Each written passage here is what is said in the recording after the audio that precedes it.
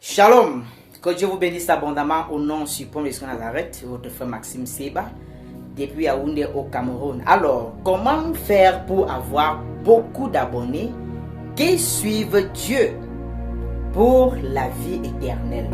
Comment faire pour avoir beaucoup d'abonnés?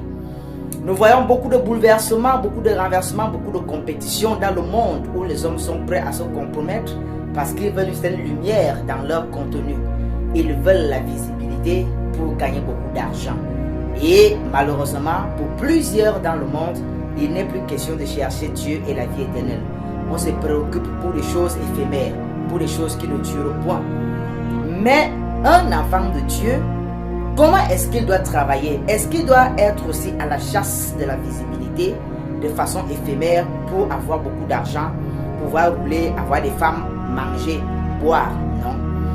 Nous sommes pèlerins et étrangers sur la terre. Donc, comment est-ce qu'un enfant de Dieu peut donc avoir des abonnés de façon efficace? Premièrement, il devrait d'abord chercher à travailler dans la vision de Dieu, selon ce que Dieu lui dicte.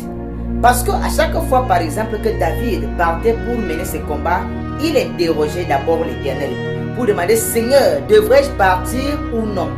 Donc, quand tu marches et que tu es conseillé par le Saint-Esprit de Dieu, il le dit encore dans le psaume 32, au verset 8, il dit: je te conseillerai, je te montrerai la voie que tu dois suivre, j'aurai le regard sur toi.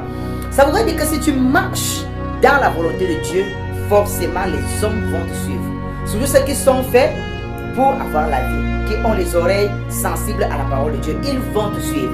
Ça va devenir des abonnés pour toi et qui sont des brebis pour le Seigneur que tu devras perdre. Première des choses, donc marche dans la vision de Dieu. Deuxième des choses, être persévérant et patient. Avoir les abonnés, ça peut être de façon instantanée, mais savoir que le plus souvent, la persévérance paye toujours. Parce que tu fais pour la gloire de Dieu.